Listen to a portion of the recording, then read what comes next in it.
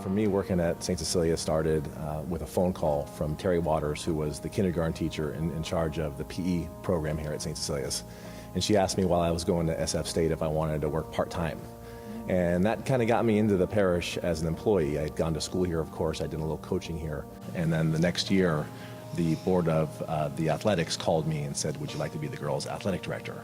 So then I assumed that role and took on various roles as a coach and then as an administrator, and it was a terrific experience. We had a 1966 Buick Special, and a lot of people called it the, what do they call it? Original SUV. The original SUV. We had nets in there, goalposts in there, soccer balls. Back then there was not really the email. That's not how you kind of send everything out. So we got a lot of our buddies that we grew up with, and they were the soccer officials. So a lot of guys that played the game, that went to like Holy Name, and St. Brendan's, and St. Stephen's. I was, our principal, the late Noreen Murphy, great woman, brought me into her office one day and said, I just hired a guy named John Mulkerrins as the 7th and 8th grade math teacher. And I said, oh, that's great. That's really good.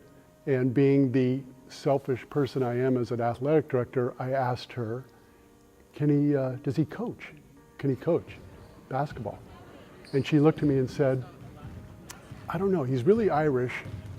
He's got a tremendous passion for soccer. I go, oh, okay. But then that little red flag for me. I'd been to Ireland a few months before, and I was in Galway, Ireland, and I was touring there, and I went by a school, and there was a child about 10, 12 years old, right in the basketball hoop with a basketball in his hand, and he was kicking it in the hoop, kicking it. So I stopped. I went over. I go, son, no, you got to take the basketball, boom, you shoot it. You shoot the ball. And he looks at me and goes, oh, that's how. I wanted to give back to CYO too, because they were all a part of CYO. I think because we had such a good experience with CYO, we had some great coaches, whether it was basketball or soccer or baseball. And then when you get an opportunity to kind of give back to such a great program, and somebody says, hey, we need some help this year. And then all of a sudden, you want to make it better the following year, and the following year, and the following year. It was part of, hey, can you help me out for a year? And it became an 8 to 10 year process, and we loved it. I mean, and we were exhausted. We were exhausted at the end of the day. That's for sure. But looking back on it, it was very gratifying and satisfying to think about all the things that we did for a lot of the players. John had the same attitude at the beginning of the game as he did at the end of the game, told the girls what they were doing wrong, and then praised them after that. And it was excellent to learn to coach like that. He would tell the girls, he goes, you are basketball players. This is a basketball team. This is not a girls' basketball team. So he pushed them to be as good as they could be, and he would tell them, I'm going to work you as hard as I work the boys, because you're as good as the boys.